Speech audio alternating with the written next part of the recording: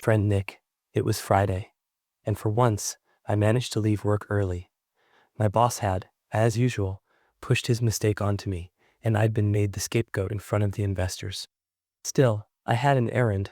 Nora, My colleague had asked me to deliver a souvenir to one of our investors at the airport before his flight. With 2 hours to spare, I thought I could use the opportunity to clear my head.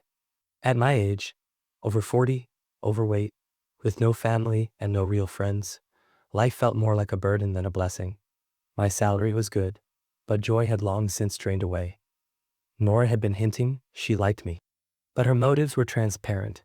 At 40 herself, she was looking for someone, anyone to marry. Earlier that day, she had talked endlessly at the coffee machine about vacations and new TV shows. Empty chatter, nothing more. I wandered into the park by the river. Near the office, the weather was pleasant, the benches nearly empty.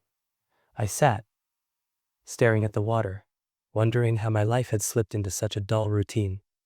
Work no longer excited me. Life had lost its taste. That was when he appeared. A thin young man dropped onto the bench beside me, barefoot, smiling too brightly. "Hello, do you have a hobby?" I shook my head.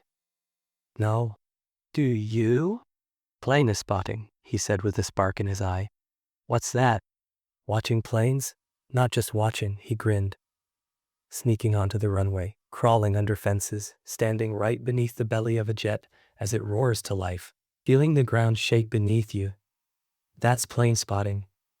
His name was Nick. Mine was Ethan. Against my better judgment, I listened. We went to the airport together. I delivered the package I had promised, but Nick pointed toward the dark tree line beyond the fence.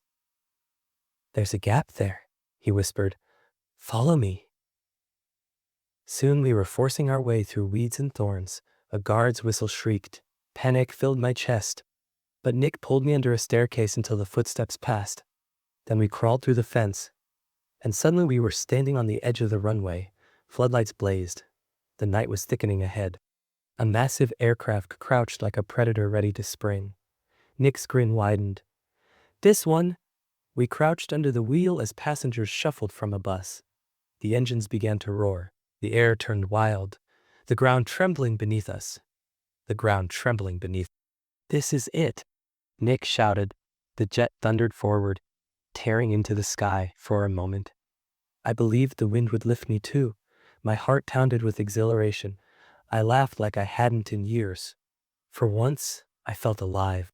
Then the sirens wailed. We ran, lungs burning, crashing through weeds, hiding again from the guards. Somehow, we escaped. Later that night, we reached the city. Construction cranes towered ahead, red lights blinking against the dark sky. "There," Nick said. "Let's climb." "You're insane. You promised tonight you follow me." We climbed. My hands shook on the metal rungs. The wind grew colder, harsher at the top.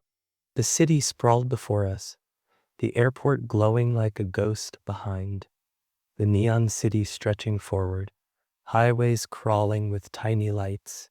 Nick didn't hesitate. He crawled out onto the crane's arm, swaying over the abyss, then leapt to the rooftop of the unfinished building. "Your turn." Terror froze me. The crane shuddered beneath me. Tomorrow's headline flashed in my mind. "Middle-aged man plummets to death in reckless stunt." "Breathe," Nick shouted. "Trust yourself." Somehow, trembling, I crawled forward. The steel vibrated. The world spun below. Time stopped. Then I jumped. His hand caught mine, pulling me up with astonishing strength.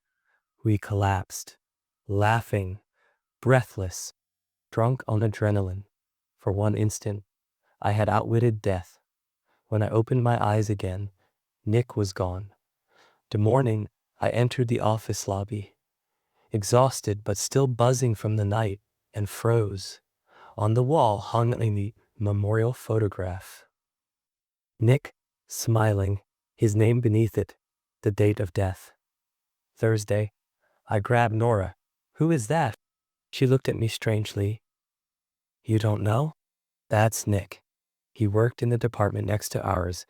Everyone loved him, always so full of life. He died last week. A car accident. The world tilted. My ears filled with ringing. I crouched, clutching my head. You all right? She asked softly. Ah, yes, I said. I'm fine, but nothing would ever be fine again. This was a story about my friend Nick. Please write in the comments what you think the moral of this story was.